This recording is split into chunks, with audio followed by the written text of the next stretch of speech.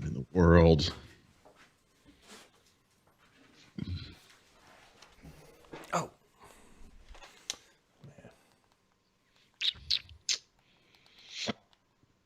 Man.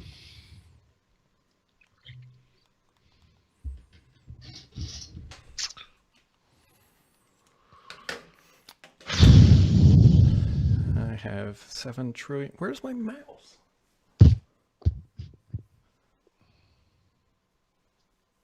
There. I have somewhere between 1 and 6 trillion things to do between now and I know. Sunday. I've got people in, and I'm already thinking, like, I'm going to forget stuff because I'm going to be a little distracted, like my computer or to pack. I hope you forget both. You just show up in like your pajamas and no computer. Be like, I Like, thought hey, this I'm was here. all I needed. Brad, can I borrow a computer? I Would know it be the Rich will first time? bring 6 of them, so sure, let me see, borrow one of those. If people in the outside world could let us know if the audio is okay, because it's been a little off lately. I think I've got it fixed, but you know, it's. Oh, I forgot to click on the. I need a. Can you hook 2 mice up to a computer? Yeah. Yeah, sure. Yeah. What I need is a wireless mouse over here, because it's like I can't get to the podcast box from where I'm sitting. Like I can't just like reach and touch it. Brilliant design on my part, by the way. I can touch the Xbox, but not the actual podcast thing that, I need. Sure. Come back, Brad. Yeah. Please come back. You can do the rest yourself. I don't know if I have anything to say. There's really not much going on. That's good, because I got a good story about what I did last night. That it's a big circle of nothing. Yeah, this is looking all right. I mean, aside Well, from what am I this talking whole- about? There is What? stuff. There is stuff happening. I'm sorry. Yeah. Brad is a bit soft, but it's working. It's fine. Well, I could be a little harsh. Paul's a jerk. Oh, that was hard. Oh, let me see. Hopefully this all works. There's been some changes.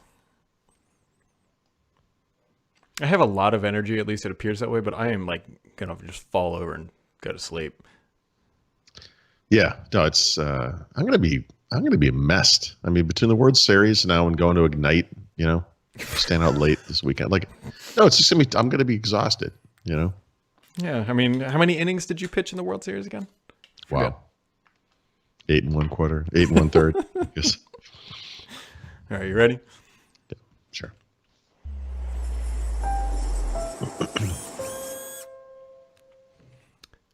Welcome back to a live show before the ruckus, I think it's fair to say.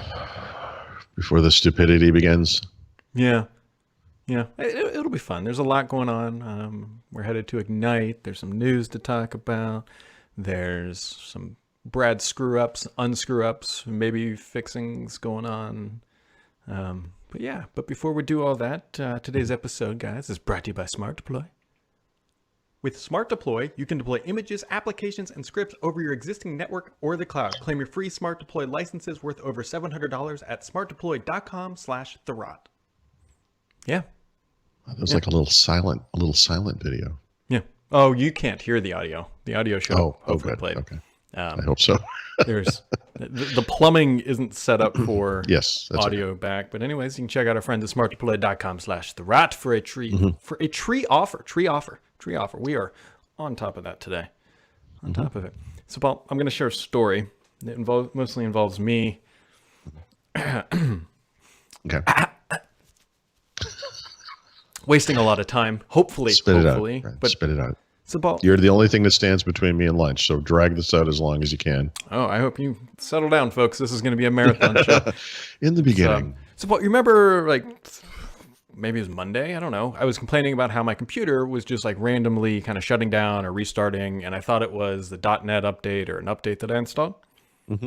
So, last night, things got bad, like real bad, dark. Like it was just rebooting very frequently, and I'm like, this doesn't seem normal. And so I finally, the event log captured what was happening. Finally, I think. Open it up. Critical error. Oh, critical error. Critical hardware error, for that matter. And you know what it was saying was the critical hardware error? The CPU. Oh, that's critical. Yeah, slightly. So I'm like, I actually was tweeting about some of this stuff. So there's an app you can download from Intel, and it does a diagnostic of the chip and everything else. So it runs and it fails. It fails on the math test. Were you trying to divide by 0 with your Pentium? I don't know. I think we've all failed a math test before, but you don't want that from your CPU. No, you don't. Like and then the test just aborts. It's like, cannot complete test. Blah, blah, blah. And I'm like, oh, God. Because it's a 7900X. It's a 10-core, 20-thread CPU. I mean, it's a high-end chip. It's not a cheap thing to just go out and, like, swap out. So I'm like, okay. So I need to check the warranty of it, because Intel has decent warranties on their stuff. So you know what you need to check a warranty, Paul? I just kind of said it. It's real helpful if you have the box. Oh, the box, yeah. Yeah. You know what but you're kind of a keeper. I'm surprised you. Yeah. You know what I threw away 2 weeks ago? Literally, like 2 weeks. That's right. Actually, this is a little unfair, but what the hell? I like being unfair to you. Yeah. You kind of bragged about getting rid of stuff. If I remember this correctly, you're very proud of this. So you know where the other serial number is that you can get for it? On the chip. On the chip. Under the chip. It's not under it. It's on the lid, but it's under my water cooler. So guess what I did last night? I pulled my chip out and I took a little microfiber cloth, cleaned it off, got everything I needed. Found out fantastically, Intel has a 3-year warranty. In January of this year, it'll be 2 years. So, good. All's looking good. Other than the fact that, like, how long am I going to be out of the machine? So now you might have a little support story to tell eventually, because I'm sure they're going to have you go through a few things. And I'm sure. But let's pause the story. How much was this chip when you bought it? Do you remember? $1,000. No. like this. Hello. But because and people are gonna be like, "Gosh, you should never spend that." For as much video as I edit to get it crunched through in minutes, as opposed to, no joke, like 30 minutes, which like it. So, for example, on the old machine that I used to use to crunch this video every time we do it, which is roughly a 3 gig file, we're looking 25 minutes to process it. With machine upstairs, it's like 6 minutes as opposed to like 25, which, granted, you're doing that once a day, kind of a big deal, but we're between like this, the enterprise dish, and some other stuff that we're doing. You do a lot of video. Yeah. That time adds up. So it was a good investment. I'm not disputing that. So I'm dealing with this issue. The chip is not passing, all that good stuff. And I just start kind of tweeting out, like, anybody got any ideas? And actually, I got some direct responses from people at Microsoft and Intel, like here, we'll help you figure this out, figure out what's going on. Okay. And the first thing they said, Paul, and this was this was the embarrassing. They said, "Hey, when was the last time you updated your BIOS?" Right. Yeah. So if you have Intel-based hardware, you should be running that. Let me see what it's called, because I'm running it. The Intel Driver and Support Assistant, right? Which is that web-based tool you'll get. Yeah. It'll tell you. And so they said, what driver are you running there, Brad? And I'm like, or BIOS. I'm like, I don't think I've ever updated it. They said, why don't you go ahead and do that? Why don't you fix that? That's amazing. Are you telling me that this fixed it? So far, it has. So here's my wild guess, and this is slightly speculative based on some information that was passed my way. Okay. So Microsoft shipped out a bunch of Spectre and Meltdown fixes, right? Mm-hmm. Those impact Windows. Those impact the processor. Yeah. Actually, they distribute Intel's as well, right? Yeah.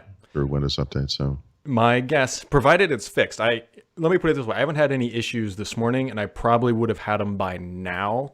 Previously, we'll see after I let it sit for multiple hours if it comes back up. My guess, if it's fixed, is that there was a software update to Windows or something that impacted the Meltdown Spectre stuff that made it unstable with my old version of the BIOS. That is my guess. Okay. That's my guess. That sounds reasonable. So, so when they tell you to update your BIOS and you're like, I don't want to sacrifice the performance, you kind of gotta. Yeah. So actually, it will be interesting to see if your video rendering times are changed, right? Yeah. I don't know if you can tell exactly, but maybe you'll get a feel for it. They're 10, 20% longer or whatever. Yeah. So there you go. Well, I'm glad it's fixed. I mean, I think I'm crossing my fingers that it's fixed. And crucially, as soon as I updated the BIOS, it passed the Intel check. Yeah. I mean, God, I don't think I've ever had like a hardware failure like that, like a chip level hardware failure. Yeah, that was my first time either. But it very well could have been the BIOS with the software and all that stuff. Yep. Because as soon as I unflashed the BIOS, it wasn't like I had to try to wait. No, I ran it the cold boot and it worked. So. Well, you should always keep that Intel thing going on that machine. It's important to do all that stuff. No, I keep hitting the wrong button. I'm getting used to being on this side. You should change it. Yeah. Do I gotta look? Oh, I gotta look that way. just punch me. Yep. Yeah. Microcode is the word that I think I was looking for. As Greg M types in the chat room. That is what I was looking for. That word, firmware, BIOS, all that good stuff. Just yep. Just nebulous words that I don't even know what they mean anymore. It's lost all meaning. Things that haven't lost meaning, I guess, is the value of Fitbit. They got snatched up by the Googs today, and there's a lot of angry people on Twitter saying, "I'll never buy a Fitbit again." Yeah, but I just wrote about this for Monday's newsletter, the thing about trust, and it was interesting because I had written it before this happened, so I added something about Fitbit to the end of it. If you go and look at what Google wrote about, I wonder if I still have it up. I might.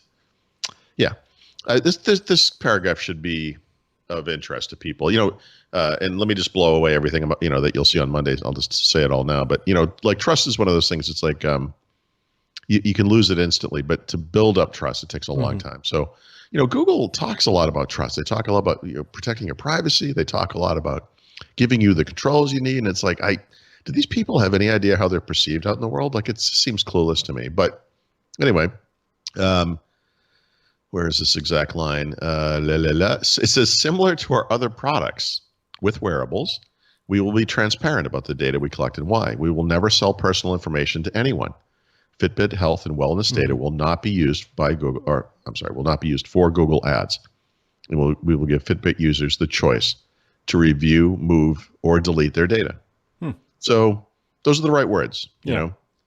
And I guess I understand the knee-jerk kind of reaction to the Google thing, but come on. I mean, the two big examples I'll just use are Google Maps, which I think most of us rely on to get anywhere, and rely on the fact that when we're halfway there through a 5-hour drive and there's an accident up ahead, they're going to route us through the best possible way to get out of there, or Waze, which is the same thing.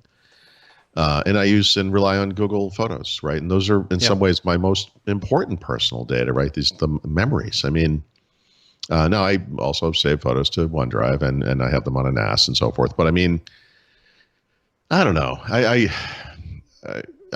know they just made $40 billion. 85% of it was on advertising. We've all had that creepy Google experience. I completely understand. I'm in the same boat, but you know, this is a company for them to survive and thrive.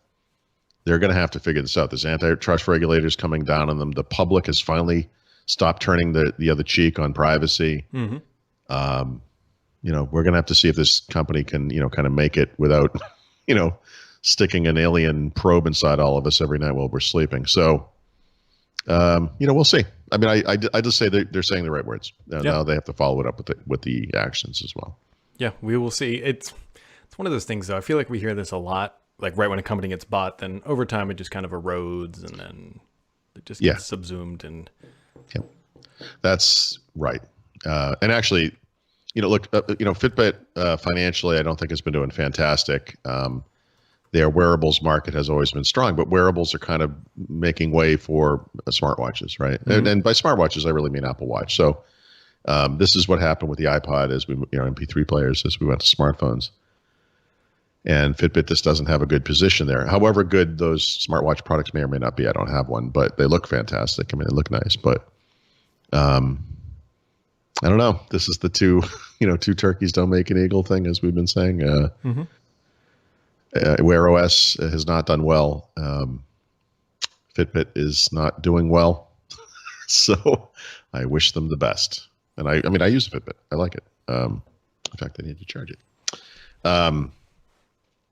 I don't know. I think that's the problem. We just don't know. We don't know how this is going to turn out. We don't know. We will find out, though. Well, I would say soon enough, but the deal's not going to close until 2020 because they're both public companies, so they got to deal with that. There's all kinds of questions here. Let's assume it happens, right? Do they keep Fitbit as a separate company?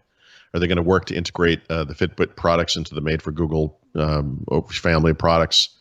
Do they keep the Fitbit OS or platform on just the wearables or on both? Does some stuff from, you know, Fitbit smartwatch become their new smartwatch platform and Wear OS goes away? Or, you know, I don't know. You know, I don't know. And no one knows. I mean, maybe Google doesn't even know at this point. It's not really clear. So if you're a fan of Fitbit, a lot of questions. If you're a fan of Google, this doesn't change much. You know, like this thing could sink or swim and it's not going to change anything. Like whatever. It doesn't. There's nothing terrible to Google could happen from this per se, other than they continue losing in the wearable market. But I think the problem is for the Fitbit folks. You know what happens there. Yeah, because Fitbit also didn't they buy the remains of Pebble? Remember the Pebble smartwatch? It was like, did they? I thought they did. I thought they did, but maybe not. Anyway, so there's been a lot of contraction in that kind of health wearable because there used to be Jawbone, wasn't it? There was another one. There was a bunch of companies that used to just sell. Well, Microsoft is walking away from it too, right? And not just with the wearable part of it, but with the back end health and wellness services. So, yeah, I mean, it makes sense that Google would want to be in this market. I understand it, and I'm glad in some ways, you know, the cash infusion that Google can provide will help keep that company afloat, of course, right? Google is in much better financial shape than Fitbit was. So, but a lot of questions. Yeah, based on their revenue, and I'm trying to do this from memory, so it's not perfect, but they didn't get a huge multiple of their revenue for the acquisition price. So, kind of gives you a heads up. I think that, yeah, but you know, between like Uber and WeWork and whatever, I think we're coming onto an era of more reasonable valuations. Like I think the exuberance of the past is finally being pushed aside. So maybe this is a more realistic view of what the assets of that company are worth. Yeah. So we will see. Speaking of what assets are worth, did I read that right? Microsoft already preempted Black Friday sales, and they're slashing prices on the new stuff too. Yeah, they are. They didn't mention Surface Pro X, which was coming out next week, I think. But there's more to come. Like they've only announced some of the stuff. So they announced some Xbox stuff, really minor. Honestly, it was like one game and some controllers. That's what will be on sale. But on the Microsoft storefront, it's basically all Surface devices, right? So the recently released Surface Pro 7, and Surface Laptop 3, Surface Go, and Surface Book 2, all going to be on sale. So if you're interested or thinking about this is definitely going to be the time to buy. They're guaranteeing these will be the best prices of the year. If through some miracle something changes and there's a better sale, if you buy something on Black Friday through the Black Friday sale, you'll get the difference back. So, yeah, if you're wondering and thinking, because realistically, like Surface Pro 7, the real base price of that thing is about $1,300, not the $799 that they talk about, because that version is ridiculous. I think that one is going to be, I think it's $200 or $300 off, and so it's going to be very interesting. Yep, that it will be. It just seems odd. I don't know. I figured that they were, when I read your post, I was like, man, I'd make a lot more sense of a Surface Laptop 2 that was that much off. But when I saw that, I was like, are they really preempting Black Friday? I guess they are. So not all of it, right? So they've only announced a few things. And there's going to be third-party PCs for sale as well. They've only mentioned a few of those. There will obviously be a lot more when Black Friday hits. And Black Friday, to be clear, is not a day. It's an event that occurs over days. And in some of these cases, the sales are going to be at different points in the month, but it's all pretty much back end of November and into early December, I would imagine. But so stay tuned. There's going to be more. I think they're trying to get people. I mean, they really have just completely preempted any purchases for the next. I know that's. It's a little weird, but it's a little befuddling, I think, is the fair way to put that. Yep. So, wowza. So we got that happening. We got my BIOS fun. We got Fitbit fun. We've got Ignite. I know. Yeah. Just for people watching this, if you're expecting a normal cadence next week, we're going to try to record, I think, every day. But the timing and posting might be a little off. Yeah, I just finally put my meetings into the calendar. And I actually have one conflict, unfortunately, but it's during the race thing, so I guess I can't go to that. Oh well. Nope. Right there. Just ignore what happened. Okay. Hopefully that wasn't a math error in your in your CPU. But anyway, I need to switch these numbers so that I can. One thing we should tell people is if you're in the area, so we're not having an official meetup, right? But we are having kind of an unofficial meetup, which basically means that everyone's going to be hanging out in the lobby bar of the hotel, which, by the way, is a really good lobby bar. It is. At the Hyatt in Orlando, right in that strip on Convention Avenue, it's probably called, or something like that. Or what is it called, Brad? What's the name of the Orlando Drive? I don't know. Like it's International Drive. International. Sorry. I knew it was something Drive. See? Yeah. So that is what, Tuesday? Yes, Tuesday evening. Tuesday I think from 5 to 7. Something like that. 30, like 5 until slur, I think is the time. Yeah. For me, that's going to be about 5:07. So that's cool. So we have a really packed schedule. Yeah, basically. Especially you, really. You have a lot of video interview stuff to do. I'm only doing a few. Yep, it's gonna be busy. It's gonna be a full week. Yeah. So we'll do some stuff. I don't know that we'll do like a little. Well, maybe we shouldn't promise anything, but obviously we'll do what we can do. Yeah, I mean, we'll have the camera. We gotta bring the stuff for a little behind the scenes. I think it's gonna happen. Yeah. We're down there long enough. We got some. Hopefully, there'll be another baby alligator or crocodile. I always forget which one's which. Oh yeah. Oh, that was a VMon. Is that VMon? Yeah. In Miami. Yeah, is that Miami? Yeah. Yep. Right. Ooh. So that is wow. Yeah. Yeah, Sunday's going to be here quick. That's kind of what I'm thinking. I know. Fortunately, I don't have a ton to do Sunday, but I got a lot of writing to do. So I don't know how that day's going to be lost. It's going to be travel, bag pickup, hotel check-in. Oh, such a terrible life you live, Bill. Such a terrible life. I'm not going to Europe. I'm going to Florida. That's the thing. It's like I haven't traveled much lately, so other than local stuff, like in the car. So I haven't flown since August. I mean, it's been a while. Yeah, so the weather should be I'm out of travel shape. I mean, it is 42 degrees right now, 42, and I believe it'll be 82 in Orlando, which is 28 centigrade. So it should be nice. It'll be a nice warm up for a week ish. Yeah, something. It's definitely going to be a week for shorts, Brad. So the reason why he's laughing is where was it? Miami?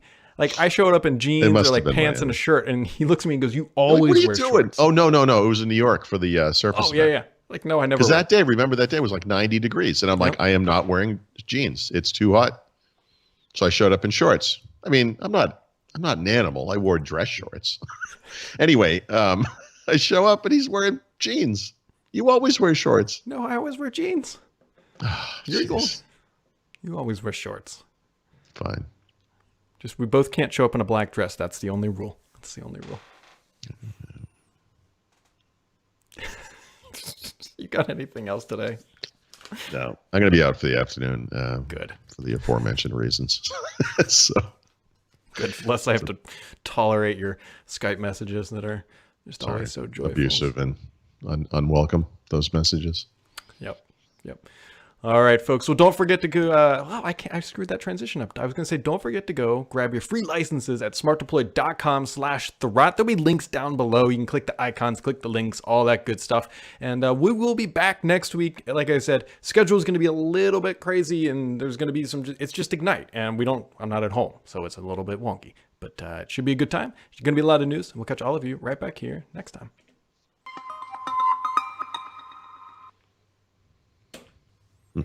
Apparently, Facebook wanted to buy Fitbit too, but they were only willing to pay $1 billion. That would have been a freaking nightmare. Yeah, I don't. Well, what doesn't Facebook want to buy? I guess at this point, I don't know. Why does Facebook have any hardware desires at all? I have no idea.